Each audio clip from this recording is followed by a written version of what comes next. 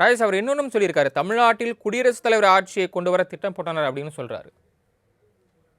இல்ல, குறிப்பாக அது பாஜக முயற்சி செய்தார்கள் என்பதுதான் அவருடைய கருத்தாக இருக்கிறது. குடியரசுத் தலைவருடைய ஆட்சி வருவதற்கான வாய்ப்புகளுக்கு அது திட்டமிட்டது. ஏனென்றால் இதை முன்னாள் முதலமைச்சராக இருக்கக்கூடிய ஸ்டாலின் அவர்கள் தெரிவித்திருந்தார் இந்த கருத்தை. ஏனென்றால் பாஜக மறைமுகமாக தமிழகத்தில் கால் ஊன்ற நினைக்கிறார்கள் என்ற கருத்தை அவர் தெரிவித்திருந்தார். எப்படி என்றால் 6 மாதம் ஆளுநருடைய ஆட்சியை கொண்டு வருவது, ஆளுநர் ஆட்சி செய்வது, குடியரசுத் தலைவர் ஆட்சியை அமல்படுத்துவதற்காக அவர்கள் திட்டமிட்டார்கள் என்ற குற்றச்சாட்டை திமுகவினுடைய தலைவர் ஸ்டாலின் அவர்கள் முன்வைத்திருந்தார். அதற்கு நாங்கள் எந்த வகையிலும் இடையூறாக இருக்க மாட்டோம். அதாவது தமிழக வெற்றி கழகம் ஆட்சி அமைப்பதற்கு நாங்கள் எந்த விதமான இடையூறுமாக இருக்க மாட்டோம். மக்களால் தேர்ந்தெடுக்கப்பட்ட பிரதிநிதிகளினுடைய அரசாக, பெரும்பான்மையான மக்கள் தேர்ந்தெடுத்திருக்கக்கூடிய ஒரு அரசாக தமிழக வெற்றி கழகத்தினுடைய அரசு இருக்கிறது. அதே நேரத்தில் மறைமுகமாக ஆட்சி செய்வதற்கு பாஜக முயற்சித்தது என்ற குற்றச்சாட்டை திமுக தலைவர் வைத்திருந்தார். அதே குற்றச்சாட்டை தான் தற்பொழுது அமைச்சர் அவர்களும் வைத்திருக்கிறார். இந்த குற்றச்சாட்டை கம்யூனிஸ்ட் கட்சிகளும் விடுதலை சிறுத்தைகள் கட்சிகளும் வச்சிருந்தார்கள்.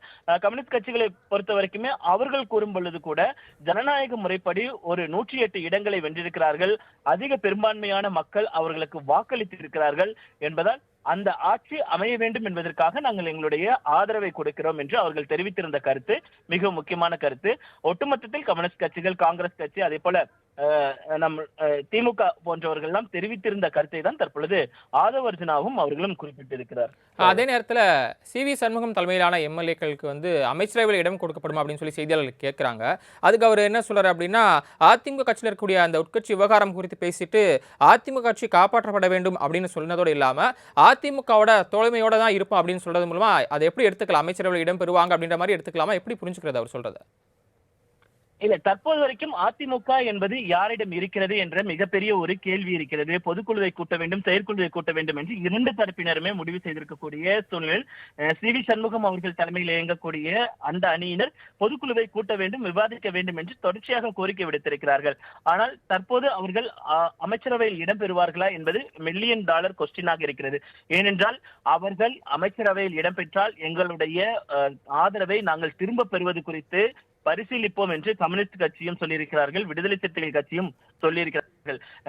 தமிழக வெற்றி கழகம் பெரும்பான்மையை நிரூபிக்க அவர்களும் ஒரு உதவிகரமாக இருந்தார்கள். அப்படி இருக்கும் பொழுது அவர்கள் ஆதரவை திரும்ப பெறுவோம் என்று தெரிவித்திருப்பது என்பது அதுவும் முக்கியத்துவம் வாய்ந்ததாக பார்க்கப்படுகிறது.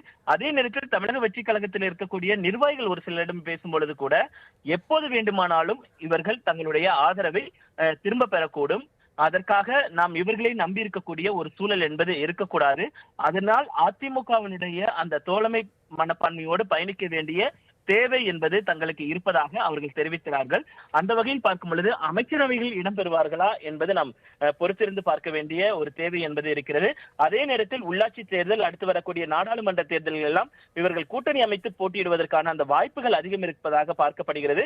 அந்த வகையில் அவர்கள் ஒரு தோழமையோடு செயல்படுவார்கள் என்பதை தான் அவர் குறிப்பிட்டிருப்பார் என்று அரசியல் விமர்சகர்கள் கூறுகிறார்கள். சரவணன், அதே நேரத்தில் VCK, CPI, CPM அவங்களுக்கும் அமைச்சரவையில் இணையணும் அப்படின்னு சொல்லி அழைப்பு கொடுத்திருக்காரு. ஆனால் நாங்கள் நிபந்தனையற்ற ஆதரவு தெரிவிக்கிறோம் அப்படின்னு சொன்ன பிறகு கூட அமைச்சரவையில் இணையணும் அப்படின்னு அழைப்பு விடுக்கிறாருன்னா அதை அவங்க ஏற்றுக்கிறாங்களா? கட்சிக்காரங்க என்ன சொல்றாங்க இந்த கருத்துக்கு?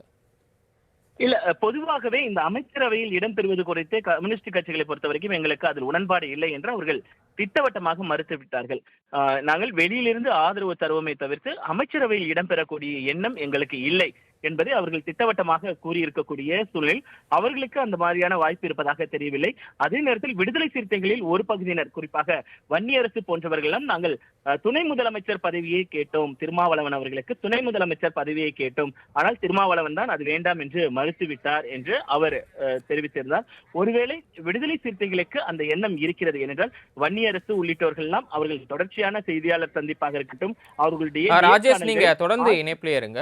அமைச்சர் ஆதவ் அர்ஜுனா செய்தியாளர் சந்திப்பில் தெரிவித்த விஷயங்கள் குறித்து கருத்துக்களை நம்மிடம் பகிர்ந்து கொள்வதற்காக மூத்த பத்திரிகையாளர் திரு TV சோமு அவர்கள் இணைப்பு வந்திருக்கிறார். வணக்கம் திரு TV சோமு. அமைச்சர் ஆதவ் அர்ஜுனா செய்தியாளர் சந்திப்பில் பல்வேறு கருத்துக்களை தெரிவித்திருக்கிறார். இது குறித்து உங்களுடைய பார்வை? முதல் விஷயம், நம்ம ரொம்ப நாளா சொல்லிட்டு இருக்கிறது, பேசிட்டு இருக்கிறது, எழுதிட்டு இருக்கிற விஷயம் என்னன்னா, ஒரு எம்பியா இருக்கிறவங்க MLA ஆகிறது, இல்ல MLA இருக்கிறவங்க MP ஆகிறது, தேர்தலில் ஒரே நேரத்தில் 2 MP தொகுதிகளில் போட்டிடுறது, MLA தொகுதியில் போட்டி, இங்க ஜெயலலிதா, அங்க மோடி தான், இப்படி இடைத்தேர்தல் வர்றதுக்கான ஒரு தேவையில்லாத ஒரு காரணத்தை உருவாக்குவது தவறு. ஒண்ணு. இதுல விதிவிலக்காக திருமாவளவன் வந்து ஒரு முதலமைச்சராக வரக்கூடிய ஒரு வாய்ப்பு இருந்தால் அது அந்த ஒரு எதுக்கும் ஒரு விதிவிலக்கு இருக்குல்ல, அந்த விதிவிலக்குல வந்து இவரு தாராளமா எம்பி பதவியை ராஜினாமா செஞ்சுட்டு முதலமைச்சருக்காக வரலாம். ஆனா ஒரு அமைச்சர் பதவிக்காக போய் ஒரு எம்பி பதவியை வந்து விட்டுட்டு வரணுமா அப்படிங்கிறது அவருடைய அவருடைய தொண்டர்களே வந்து அவர் ஒரு முதலமைச்சருக்கான ஒரு நபராகத்தான். தாங்கள் வழங்கிய தகவல்களுக்கு நன்றி திரு டிவி சோமு.